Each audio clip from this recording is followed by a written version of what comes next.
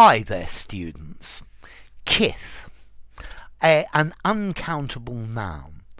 I think today you're only going to really find this word kith in the phrase kith and kin. Kith nowadays is used to mean your friends, the people you know, and your relations, the people related to you in your family. Whereas kin only talks about your family. Okay, so kith includes your friends, the people who live around you, the people who you know. Kin only to the family relationship.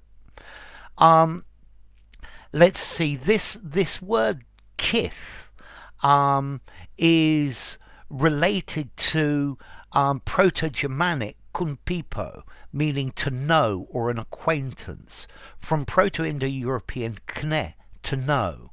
And originally, kith only used to talk about your friends and acquaintances, the people that you know. It comes from this origin of this verb to know. And then originally, kith it talked about the your friends, the people around you. Then it started to get into this phrase kith and kin, and I think nowadays the kith and kin, well, kin only refers to your relations, and kith can be your relations, but also people who are not your relations, who are in your circle as well, perhaps in your family circle. So like that, the kith in kith and kin is not redundant, because this includes your friends as well as your relatives among your kith and kin. Okay, so let's see, kith and kin.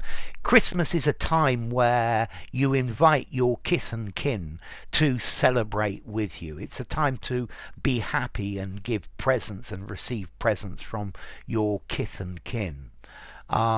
Your kith and kin, these are the people around you. Yeah, your neighbors, your acquaintances, your friends, and your family. Yeah, kith are perhaps people living in the same area, part of your group. Okay, so kith. I think also in the past this word kith had the idea of people from your area, people from your native land. Okay, so your kith, the people around you. Yeah, and that includes your relatives, and it includes your friends. Okay, so kith and kin. It's always good to spend time with kith and kin. Yeah, well, certainly with your kith, because they're your friends. Your kin, maybe that's slightly different. Who knows? Okay, but I think it's going to be quite unusual for you to find this word kith on its own.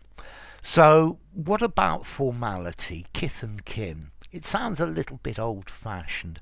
I think I'm going to give it a 6 in formality. I think, though, you could just about use it anywhere. Yeah? So, I think enough. If you enjoyed the video, give it a rating, share it with your kith and kin, subscribe to my channel, and I will see you soon. Bye for now. Your kith and kin, the people around you and your family.